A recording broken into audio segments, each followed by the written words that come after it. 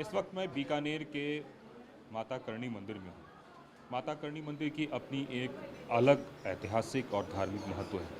यकीन मानिए अपने आप में यह मंदिर अद्वितीय है और कई सारी चीज़ें ऐसी हैं जो आपको दूसरे मंदिरों से ये अलग करती हैं। देवी दुर्गा का स्वरूप इस मंदिर में जहाँ भी देखेंगे आपको सिर्फ और सिर्फ चूहे नजर आएंगे। और इन चूहों की खासियत यह है कि जो भी मंदिर में आए हुए भक्त हैं, किसी को ये चूहे काटते नहीं हैं। ये बस सिर्फ माता की सेवा में लगे रहते हैं। और इन चूहों को लेकर यहाँ अपनी एक रवायत है, एक परंपरा है। क्या है, इस पूरे मुद्दे पर बात करते हैं। एक बात बताएं कि ये क्या है, इस मंदिर की खासियत की बात करें अगर तो। इस मंदिर की खासियत तो वैसे तो आपको दिख ही रही है।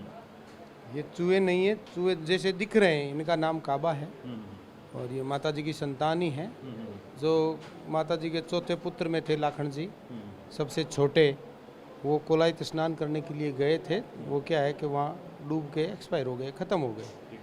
तो माता जी की जो पुत्र वधू थी, जो लाखन जी की धर्मपत्नी, उन्होंने माता जी को बोला कि भाई आप लोगों को जीवन दान देते हैं और लोगों के कष्ट हरते हैं, दुख हरते हैं, तो आपका जो खुद का पुत्र है, मेरे पति हैं, वो आज स्वर्गलोक को चले गए हैं, आप उनको वापस जीवित करो।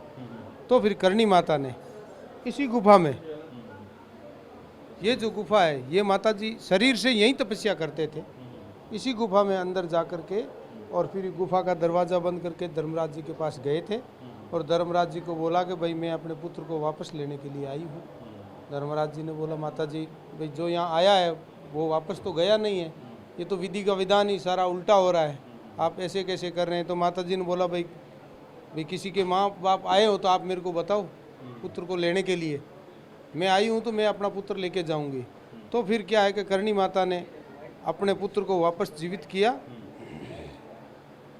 अपने पुत्र को वापस जीवित किया और जीवित करने के बाद धर्मराज जी को बोला कि मैं मेरे स्वर्ग नरक की व्यवस्था, मेरे वंशजों के रहने की व्यवस्था मैं वहीं पे कर दूंगी। तो ये जो आज आपको काबे दिख रहे हैं, जो चूहों के रूप में है, इनका शरीर वगैरह चूहों मतलब जैसा है, लेकिन ये चूहे हैं नहीं, चूहों से बिल्कुल भिन्न है। तो हमारे देवौत परिवार से जो ख़त्म होता है वो इन काबों के रूप में जन्म लेता है, इनमें वापस ख़त्म होता है वो हमारे देवौत परिवार में जन्म लेता है। और ये आप देख ही रहे हैं कि चूहों का साइज़ है जो लगभग सेम है, और इनको खाने के लिए इतनी अच्छी चीज़ें मिलती है, फ्रूट मिलते हैं, अंकुरित धान देते हैं, चना मोठ बाजरा वगैरह सब कुछ। यात्री आते हैं वो भी फ्रूट वगैरह चने वगैरह सब डालते हैं। इनका जो शरीर है जो फिक्स है, ये बड़े नहीं होते हैं। और चूहों का आपने देखा होगा कहीं कहीं ज़्यादा अगर खाने पीने को मिले तो चूहे इतने बड़े भी मैंने भी देखे हैं, आपने भी देखे होंगे। तो ये भिन्न है चूहों से, ये काबे हैं। हाँ, जो इनका साइज है फिक्स है। हमारे साथ और भी यहाँ पे संगत मौजूद है, उनसे बात करने की कोशिश करते हैं। आमतौर पर इस मंदिर में कब दर्शनार्थी आते हैं? कोई खास समय होता है जब बहुत ज़्यादा भीड़ वगैरह? खास समय होता है आश्विन मास में। आश्विन मास की शुक्ल पक्ष की सप्तमी होती है, उस दिन माता जी का जन्म उत्सव मनाया जाता है। तो उसी टाइम बहुत ज़्यादा भीड़ होती है और जयंती निकाली जाती है और माता जी का धूमधाम से जन्मदिन मनाया जाता है। और सेकंड टाइम में कार्तिक मास में शुक्ल पक्ष की 14 को ज़्यादा भीड़ होती है। उसी दिन माता जी के ओरण की परिक्रमा लगती है, तो उसी दिन ज़्यादा भीड़ होती है। बाकी नॉर्मल दिन में भीड़ चलती रहती है। नॉर्मल क्या इसको माँ दुर्गा का? हाँ, माँ को माँ दुर्गा का अवतार माना जाता है। इनसे बात करते हैं। एक बात बताइए आप लोग कि किस तरीके से मान्यता है, क्या इनको माँ दुर्गा का अवतार माना जाता है? देखिए, करणी माता दुर्गा का अवतार है। ये 600 साल प्राचीन मंदिर है, माँ करणी जी की कर्म भूमि है। उस समय पश्चिमी राजस्थान में अराजकता का माहौल था, सुशासन की कमी थी, तो करणी जी ने यहाँ राज स्थापित किया, बीका जी को राजा बनाया। जोधपुर मेहरानगढ़ फोर्ट की रीव माता जी के आशीर्वाद स्वरूप लगी है। करणी जी ने गौ कल्याण के जन कल्याण के लिए बहुत कार्य किया था और ये माता जी की कर्म भूमि है। 100 साल माँ करणी जी ने यहाँ अपने शरीर से यहाँ तपस्या की थी। मोदी जी भी आने वाले हैं, मोदी जी भी दर्शन करेंगे। किस तरीके से लोगों में इस तरह का उत्साह है? आपको लगता है कि एक देखिए, यशस्वी भारत माननीय श्री प्रधानमंत्री नरेंद्र जी मोदी यहाँ आ रहे हैं, पहली बार प्रधानमंत्री जो आ रहे हैं, और ये माँ करणी जी का मंदिर है, विश्व प्रसिद्ध मंदिर हैं। और जो आर्मी के जो सेना के जवान हैं वो यहाँ माँ के दर्शन करने के पश्चात जाते हैं। और माँ जो आप जैसे तनोट में बम गिरे थे, वहाँ ब्लास्ट नहीं हुए थे, तो ये माता जी का स्वरूप है, दुर्गा का स्वरूप है। लोग आशीर्वाद, आर्मी वाले आशीर्वाद लेने आते हैं। इसी प्रकार मोदी जी भी आ रहे हैं और सेना के जवानों का हौसला अफजाई करेंगे। मतलब बॉर्डर इलाके में जो भी सैनिक पोस्टेड होता है सबसे पहले वो हाँ, माँ करणी जी का मतलब यहाँ आते हैं, प्रार्थना करते हैं और यहाँ से आशीर्वाद लेके जाते हैं।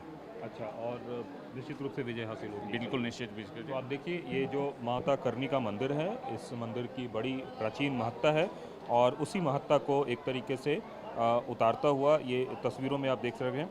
यहाँ के जो चूहे हैं उनको काबा बोला जाता है और मंदिर में सफ़ेद चूहों की विशेष रूप से पवित्र माना जाता है।